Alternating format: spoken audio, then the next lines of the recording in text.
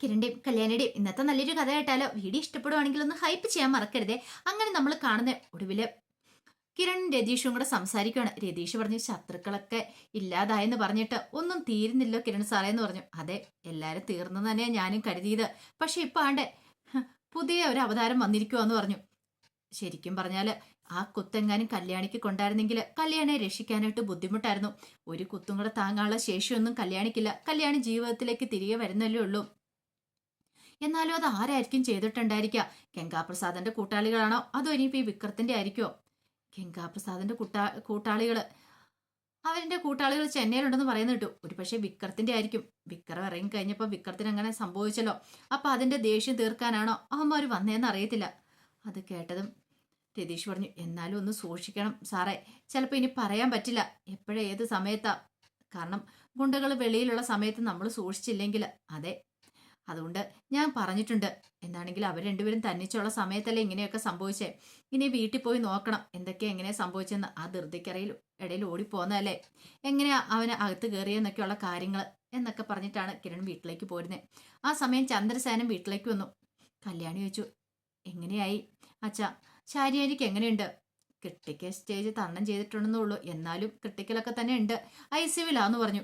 അല്ല സരയുവിനെ പോയി കിരൺ കൂട്ടിക്കൊണ്ടു വന്നായിരുന്നു. സരയു കാര്യങ്ങളൊക്കെ അറിഞ്ഞായിരുന്നു പറഞ്ഞു. എന്ത് ചെയ്യാൻ പറ്റും, നമുക്കൊന്നും ചെയ്യാൻ പറ്റില്ലോ എന്ന് പറഞ്ഞു. അല്ല മോളെ, എങ്ങനെയാ സംഭവിച്ചതെന്നൊക്കെ ചോദിക്കുക. എനിക്കറിയില്ല അച്ഛാ. ഞാനാണെങ്കിൽ ബാത്റൂമിൽ പോയിട്ട് തിരികെ വരുന്ന വഴിയുമ്പോഴാണ് കൊലയാളി മുറിയിൽ നിൽക്കുന്നത് കണ്ടത്. പിന്നീട് നടന്ന കാര്യങ്ങളൊക്കെ പറയണം. അല്ല, ഈ കൊലയാളി എങ്ങനെയായിരിക്കും അകത്ത് കയറിയത്? പിന്നമ്പറത്തെ കഥവ് തുറന്നു കിടക്കോ മറ്റോ ആയിരുന്നോ? അടുക്കള വശത്തെ കഥവ് തുറന്നു കിടക്കുന്നുണ്ടായിരുന്നു. അല്ല മോളെ, അങ്ങനെയാണെങ്കിൽ ചിലപ്പോൾ ഇനി അവിടുത്തെ കുറ്റിയും കൊളുത്തൊക്കെ പറിച്ചിട്ടുണ്ടായിരിക്കുമല്ലോ, നമുക്കൊന്ന് പോയി നോക്കാന്ന് പറഞ്ഞു. അങ്ങനെ രണ്ടുപേരും കൂടെ അടുക്കള വശത്തേക്ക് വന്നു. നോക്കിക്കഴിഞ്ഞപ്പോൾ കുറ്റിക്കും കൊളുത്തിനും ഒരു കുഴപ്പമില്ല. അല്ല മോളെ, ഇവിടുത്തെ കുറ്റിക്കും കൊളുത്തിനും ഒരു പോറൽ പോലും ഇല്ലോ. പിന്നെ എങ്ങനെയായിരിക്കും? ഒരുപക്ഷെ അകത്തുനിന്ന് ആരെങ്കിലും കഥവ് തുറന്നു കൊടുത്തായിരിക്കുമോ? ഏ, അകത്തുനിന്ന് ആര് തുറന്നു കൊടുക്കാനാ? ഞാൻ ശാരിയാൻ്റെ മാത്രമല്ലേ ഉണ്ടായിരുന്നുള്ളൂ. അപ്പൊ പിന്നെ എങ്ങനെയാ മോളെ ഇത് സംഭവിക്കുന്നേ? അതാ മനസ്സിലാവാത്തെ. ചിലപ്പോ ഇനിയിപ്പം മോളത്തെ ടെറസ് വഴി അവൻ ഇറങ്ങിയതാണെങ്കിലോ, അവിടുത്തെ കഥ തുറന്ന് താഴേക്ക് ഇറങ്ങിയതാണെന്ന് പറയാൻ പറ്റില്ല. അങ്ങനെയാണെങ്കിൽ ഒരു കാര്യം ചെയ്യാം, നമുക്ക് അതും കൂടെ ഒന്ന് പോയി നോക്കാം. ചിലപ്പോ അങ്ങനെയായിരിക്കും. ഇത് കേട്ടപ്പം കല്യാണി പറഞ്ഞു, ആ ശരി, നമുക്ക് പോയി നോക്കാച്ചാ. അല്ല, ആരായിരിക്കും മോളെ ഇങ്ങനെ ചെയ്തേ? മോള് അയാളുടെ മുഖം കണ്ടോന്ന് ചോദിച്ചു. ഞാൻ ചെറുതായിട്ടൊന്ന് കണ്ടുള്ളൂ. അയാൾ മുഖം മൂടി വെച്ചിട്ടുണ്ടായിരുന്നു. പക്ഷെ എനിക്കൊരു പരിചയമുള്ള മുഖം പോലെ എനിക്ക് തോന്നിയത്. അതെങ്ങനെ മോൾക്ക് മനസ്സിലായി? പിന്നാമ്പുറം കണ്ടു കഴിഞ്ഞപ്പം ചിലരുടെയൊക്കെ പിന്നാമ്പുറം കണ്ടുകഴിഞ്ഞാൽ നമുക്കൊരു പരിചയം തോന്നൂലോ. അങ്ങനെ പുറവശത്ത് നോക്കിക്കഴിഞ്ഞപ്പം എനിക്ക് എന്തോ ഒരു പരിചയമുള്ള ഒരു മുഖമായിട്ട് തോന്നിയത്. എനിക്ക് തോന്നുന്നത് അത് ഗംഗാപ്രസാദിന്റെ കൂട്ടാളിയാന്ന് തോന്നില്ല, വിക്രത്തിന്റെ കൂട്ടാളിയാന്ന് തോന്നിയെന്ന് പറഞ്ഞു. അത് കേട്ടപ്പം ചന്ദ്രസേനൻ പറഞ്ഞു, ചിലപ്പോൾ ശരിയായിരിക്കും മോളെ. പ്രതികാരം ചെയ്യാനായിട്ട് അവൻ തീർന്നുകൊണ്ട് അവന്റെ കൂട്ടാളികൾ ആരെങ്കിലും ഇറങ്ങിയിരിക്കുന്നതാണെന്നും പറയാൻ പറ്റില്ല. അച്ഛാ, എന്താണെങ്കിലും ഞാൻ സൂക്ഷിക്കണമെന്ന് പറഞ്ഞിട്ടുണ്ട്. കാദംബരി ചേച്ചിയോടും കാർത്തികേച്ചിയോടും ഒക്കെ വിളിച്ച്. കാരണം എനിക്കുണ്ടായ അപകടം നാളെ ചിലപ്പോൾ അവർക്കും ഉണ്ടായി കൂടുന്നില്ലല്ലോ. ശരിക്കും പറഞ്ഞാൽ മോള് ഭാഗ്യം കൊണ്ടാണ് രക്ഷപ്പെട്ടത്. പിന്നീട് അവര് ടെറസിന് അങ്ങോട്ട് കയറി ചെന്നു. നോക്കിക്കഴിഞ്ഞപ്പോൾ അവിടുത്തെ കഥവ് ലോക്ക് ചെയ്തിരിക്കുകയാണ്. മോളെ, ഇവിടുത്തെ കഥവ് ലോക്ക് ചെയ്തിരിക്കുവാണല്ലോ, പിന്നെ എങ്ങനെ അവൻ അകത്ത് കിടന്നു? അതാ എനിക്ക് മനസ്സിലാകാത്തെ. ചിലപ്പോൾ ഒരു കാര്യമുണ്ട് അച്ഛാ. ആൻറ്റി അകത്ത് ഉണ്ടായിരുന്ന സമയത്ത് ഫ്രണ്ട് കഥ തുറന്ന് കിടക്കുമായിരുന്നെങ്കിൽ അവൻ അകത്ത് എവിടെയെങ്കിലും കയറി പതുങ്ങിയിരിക്കണമെന്നാണെന്ന് അറിയില്ലല്ലോ. സേനം പറഞ്ഞു, ചിലപ്പോൾ ശരിയായിരിക്കും, പുറത്തെവിടെയെങ്കിലും പമ്മി ഇരുന്ന് കാണും. പിന്നെ നിങ്ങൾ രണ്ടുപേരും തനിച്ചോളം അറിഞ്ഞു കഴിഞ്ഞപ്പോഴത്തേനും കഥവ് തുറന്ന് കിടക്കുന്ന സമയത്ത് അവിടെ അകത്ത് എവിടെയെങ്കിലും കയറി കാണും. അതിന് ശേഷമായിരിക്കും ഈ കൃത്യം നടത്തിയിട്ടുണ്ടായിരിക്കുക. ശരിക്കും പറഞ്ഞാൽ നമ്മുടെ സ്വന്തക്കാരുടെ കാര്യത്തിൽ നമ്മൾ ഇത്തിരി ഒരു സെൽഫിഷ് ആണല്ലോ മോളെ. ശരിക്കും മോൾക്കായിരുന്നു കുത്ത് കിട്ടേണ്ടത്. അത് ശാരിക്ക് കൊണ്ടത്.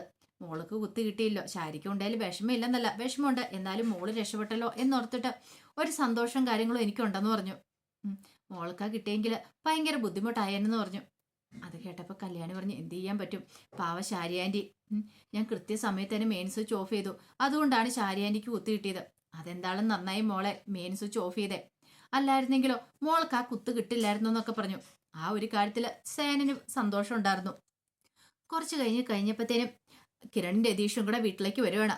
അങ്ങനെ വന്നു കഴിഞ്ഞപ്പം ചന്ദ്രസേനൻ പറഞ്ഞു, ഞങ്ങൾ ഇവിടെയൊക്കെ പരിശോധിച്ചിട മോനെ, പക്ഷെ എങ്കില് അസ്വാഭാവികമായിട്ടൊന്നും കാണാനില്ല. കഥവ് കുത്തി തോന്നുന്നൊന്നും അല്ല അവൻ വന്നിരിക്കണേന്ന് പറഞ്ഞു.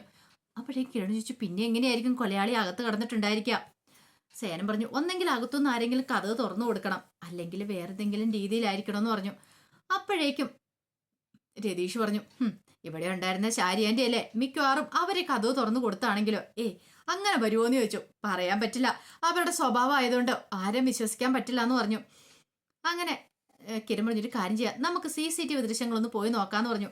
അങ്ങനെ അവര് CCTV ദൃശ്യങ്ങൾ പരിശോധിക്കാനിരിക്കുന്ന സമയത്ത് രതീഷ് പറഞ്ഞു, എനിക്കിപ്പോഴും സംശയം ആ സരുവിനെ ശാരി ആന്റിനെയൊക്കെയാന്ന് പറഞ്ഞു.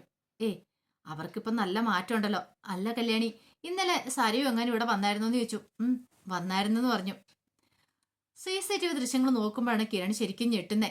കാരണം അതിനകത്ത് ദൃശ്യങ്ങളൊന്നുമില്ല. CCTV കംപ്ലൈന്റ് ആണ്. കംപ്ലൈന്റ് ആണല്ലോ, ഇന്നലത്തെ ദൃശ്യങ്ങളൊന്നും ഇല്ലോന്ന് പറഞ്ഞു.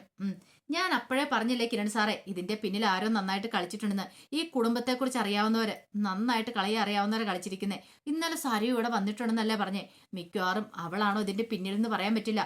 സരയും ആ ശാരി എന്ന് പറയുന്ന സ്ത്രീയും കൂടെ ചേർന്നിട്ട് കളിച്ച നാടകമായിരിക്കും ഇത്, കല്യാണി ഇല്ലാതാക്കാൻ വേണ്ടിയിട്ട്. പക്ഷെ കല്യാണിക്ക് അങ്ങോട്ട് വിശ്വസിക്കാൻ പറ്റുന്നുണ്ടായിരുന്നില്ല. അപ്പോഴേക്ക് സേനം പറഞ്ഞു, ഒരു പക്ഷേ രതീഷ് പറയുന്ന സത്യമായിട്ടുള്ള കാര്യമായിരിക്കും. ആരും കണ്ണടച്ച് വിശ്വസിക്കാൻ പറ്റില്ല കിരണേ. ഇപ്പൊ തന്നെ കണ്ടില്ലേ, ചിലപ്പം ഇനിയിപ്പോ അവരൊക്കെ മുൻകൂട്ടി പ്ലാൻ ചെയ്താണെങ്കിലോ, ആര് ചെയ്താണെങ്കിലും പ്ലാൻ ചെയ്ത് ചെയ്തിരിക്കുന്ന കാര്യങ്ങളാ ഇതൊക്കെ. CCTV ദൃശ്യങ്ങളൊക്കെ കംപ്ലൈന്റ് ആക്കണമെങ്കിലേ നിസ്സാര കാര്യമൊന്നുമില്ല. ഈ വീടിനെ കുറിച്ച് അറിയാവുന്നവര്, അത്രമേൽ അറിയാവുന്നവര് ചെയ്തിരിക്കുന്ന കാര്യങ്ങളാ. അത് കേട്ടപ്പോ കിരൺ പറഞ്ഞു, അങ്ങനെയാണെങ്കിൽ നമുക്ക് നോക്കാം, ഇതങ്ങനെ വെറുതെ വിട്ടിട്ട് കാര്യമില്ലോ. എത്രയാന്ന് പറഞ്ഞാലും അത് കണ്ടെത്തിയേ മതിയാവുള്ളൂ. സേനം പറഞ്ഞു, പോലീസുകാർ അധികം വൈകാതെ വരും. പോലീസ് വന്നെത്തിയോടെ പരിശോധിക്കും, കൊലയാളിയെ കുറിച്ചുള്ള വിവരങ്ങൾ കിട്ടും. അപ്പൊ നമുക്ക് അറിയാനായിട്ട് സാധിക്കും ഇതിന്റെ പിന്നിൽ ആരാണ് കളിച്ചിരിക്കുന്നതെന്ന്. അത് നമുക്ക് കണ്ടെത്തിയേ മതിയാവുള്ളൂ. എത്ര കാലം നമുക്ക് ഇങ്ങനെ മുന്നോട്ട് പോകാൻ പറ്റും? ശത്രുക്കളുടെ പിടിയിൽ നിന്ന് ഇനിയെങ്കിലും നമ്മൾ രക്ഷപ്പെടണ്ടേ. അത് കേട്ടപ്പം രതീഷ് പറഞ്ഞു, എന്റെ ബലവായ സംശയം അവരെ തന്നെയാണ്. അവരെ നോട്ടം വിട്ടുവെച്ചു. അവരല്ലാതെ ഈ ചതിക്ക് ആരും കൂട്ടു നിൽക്കില്ല എന്ന് പറഞ്ഞു. രതീഷിന് അത്രയും കാര്യത്തിൽ ഉറപ്പുണ്ടായിരുന്നു. കിരണും സേനും ഒക്കെ അപ്പൊ ചെറുതായിട്ടൊരു സംശയങ്ങളൊക്കെ തോന്നി തുടങ്ങി. ആ സമയത്ത് കല്യാണി പറഞ്ഞു, അത് പിന്നെ ഒരു കാര്യം കൂടെ ഉണ്ട്. എന്റെ ഫോണിലേക്ക് ഒരു മെസ്സേജ് വന്നായിരുന്നു അച്ഛാന്ന് പറഞ്ഞു. മെസ്സേജോ? അതെ, ഞാൻ കിരണേട്ടനോട് പറഞ്ഞായിരുന്നു. താരാന്റിയുടെ മെസ്സേജ് ആയിരുന്നു. സൂക്ഷിക്കണം മോളെ എന്നും പറഞ്ഞുകൊണ്ട്. അത് കേട്ടപ്പോൾ കിരൺ പറഞ്ഞു, അത് ചിലപ്പം താരാന്റി ഈ കാര്യങ്ങളൊക്കെ അറിഞ്ഞിട്ടായിരിക്കും മെസ്സേജ് ഇട്ടത്. അത് കേട്ടപ്പോൾ ചന്ദ്രസേനൻ പറഞ്ഞു, ശരിയാ, എന്തൊക്കെയോ സംശയങ്ങൾ എനിക്ക് തോന്നുന്നുണ്ട് താരയുടെ കാര്യത്തിൽ. താരയ്ക്ക് ഈയിടെയായിട്ട് നല്ല വിഷമമുള്ള പോലെ തോന്നുന്നുണ്ട്. ഇടയ്ക്ക് ഞാൻ അവളെ ഒന്ന് കണ്ടിട്ടുണ്ടായിരുന്നു. കല്യാണി പറഞ്ഞു, അതെ, താരാന്റിയോട് ചോദിച്ചിട്ട് താരാന്റി ഒന്നും പറയുന്നില്ലെന്ന് കിരണേട്ടൻ പറഞ്ഞത്. വല്ലാത്തൊരു ബുദ്ധിമുട്ടുണ്ട് താരാന്റിക്ക്, പഴയതുപോലെ ഒന്നും അല്ലെന്ന് പറഞ്ഞു. അത് കേട്ടപ്പോൾ രതീഷ് പറഞ്ഞു, എങ്കിൽ പിന്നെ മോളുടെ സ്വഭാവം അറിഞ്ഞിട്ടാണോ, മോളുടെ ചതിയെക്കുറിച്ചൊക്കെ മനസ്സിലാക്കിയിട്ടാണോ അവരിങ്ങനെ സങ്കടപ്പെടുന്ന അറിയത്തില്ലോ കിരൺ സാറേ.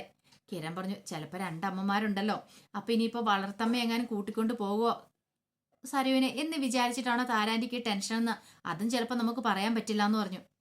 അത് ചിലപ്പോൾ ഒരു കാരണമായിരിക്കാം, എന്നാലും നമുക്ക് നോക്കാം. ഇനിയിപ്പോ താരയുടെ വിഷമത്തിന്റെ കാരണം എന്താന്ന് അധികം വൈകാതെ നമുക്ക് മനസ്സിലാക്കാൻ പറ്റൂന്നൊക്കെ പറഞ്ഞു. ഈ സമയത്ത് വല്ലാത്ത ദേഷ്യത്തോടു കൂടി സരവി വീട്ടിലേക്ക് പാഞ്ഞു വരുവാണ് ഹോസ്പിറ്റലിൽ നിന്ന്. വന്ന പടി താരയുടെ കഴുത്തിനങ്ങൾ കയറി കുത്തിപ്പിടിച്ചു. നിങ്ങൾ എന്റെ അമ്മയാണോ? നിങ്ങൾ എന്നോട് ചതി ചെയ്തു. നിങ്ങൾ എന്ത് പരിപാടിയെ കാണിച്ചേ? എന്നെ ഒറ്റിക്കൊടുക്കൂലേ? നിങ്ങൾ എന്ത് കാണിക്കാനാ തള്ളേ അങ്ങനെ ഒരു മെസ്സേജ് അയച്ചേ കല്യാണിക്ക്? സൂക്ഷിക്കണം എന്ന് പറഞ്ഞോണ്ട്. നിങ്ങളല്ലേ ഇത് വഴി തിരിച്ചു വിട്ടേന്ന് ചോദിച്ചു. അവള് മരിക്കേണ്ടവളായിരുന്നു. അപ്പോഴേക്കും താര കൈകൊണ്ട് കാണിച്ചില്ല എന്ന് പറഞ്ഞു. വേണ്ട വേണ്ട, കൂടുതലൊന്നും പറയണ്ട. നിങ്ങൾ ചെയ്ത ചതി എനിക്ക് അറിയാൻ പറ്റുന്നുണ്ട്. നിങ്ങളെ ഞാൻ ജീവനോടെ വിടത്തില്ല. നിങ്ങൾ ആരാന്ന് നിങ്ങൾ വിചാരിച്ചോണ്ടിരിക്കുന്നത്? ഒരു കാര്യം ഞാൻ പറഞ്ഞേക്കാം, അങ്ങനെ എന്തെങ്കിലും സംഭവിച്ച് നിങ്ങൾ സത്യങ്ങൾ തുറന്നു പറഞ്ഞാൽ പിന്നെ നിങ്ങൾ ജീവനോടെ കാണത്തില്ല. നിങ്ങൾ അതോടുകൂടി തീർന്നെന്ന് കൂട്ടിയാൽ മതി. പിന്നെ ഞാനും ഉണ്ടാകത്തില്ല. കിരണിനെ എനിക്ക് നഷ്ടപ്പെട്ടാൽ പിന്നെ ഞാൻ ജീവിച്ചിരിക്കില്ല. കിരണിനെ ഞാൻ തീർത്ത് കിരണിനെ കല്യാണിയെ ഞാൻ തീർത്ത് കളയും. കല്യാണിയെ തീർത്ത് കളഞ്ഞിട്ട് എനിക്ക് കിരണിനെ സ്വന്തമാക്കണം. പക്ഷെ അതിൻ്റെ ഇടയ്ക്ക് കയറി കളിച്ചാലുണ്ടല്ലോ പിന്നെ ആരും ബാക്കി ഉണ്ടാവത്തില്ല എന്ന് പറഞ്ഞു. ഒരവസരം കൂടെ നിങ്ങൾക്ക് ഞാൻ തരുക. ഇനി നിങ്ങൾ എന്നെ ഒറ്റ കൊടുക്കുമെന്ന് വെച്ചു. ഇല്ല എന്ന് പറഞ്ഞു. ഇപ്പം നിങ്ങളുടെ കഴുത്തിൽ ഞാൻ കുത്തി പിടിച്ചോളൂ. ഇനി നിങ്ങളുടെ കർണത്തെ ഞാൻ അടിക്കും. എന്നെ കൊണ്ട് അത് ചെയ്യിക്കരുതെന്നും പറഞ്ഞുകൊണ്ട് കഴുത്തിന് കുത്തി പിടിച്ചിട്ട് തള്ളി അങ്ങോട്ട് വിടുവാണ്. താരയ്ക്ക് എന്ത് ചെയ്യണമെന്ന് അറിയണ്ടായിരുന്നില്ല. വല്ലാത്തൊരു വിഷമായിരുന്നു. സരിയോ പറഞ്ഞ പോലെ ചെയ്യുന്നുള്ള കാര്യം താരയ്ക്കറിയാം. ഇനിയിപ്പം പറഞ്ഞിട്ടും കാര്യമില്ല. ഇവളുടെ സ്വഭാവം നന്നാവാനും പോകുന്നില്ലോ. ആകെപ്പാടെ ഭ്രാന്ത് പിടിച്ച പോലെ സരിയോ അങ്ങോട്ടേക്ക് പോവുകയാണ്. അപ്പോൾ അതിൻ്റെ വിശേഷങ്ങളൊക്കെ നമ്മളിന്ന് കാണുന്നത്. ഇതിൻ്റെ ബാക്കി വിശേഷങ്ങളുമായിട്ട് വൈകുന്നേരത്തെ പ്രമോയി വരാട്ടോ. ഒരിക്കൽ കൂടി എല്ലാവർക്കും ശുഭദിനം നേർന്നുകൊണ്ട് നിർത്തുന്നു.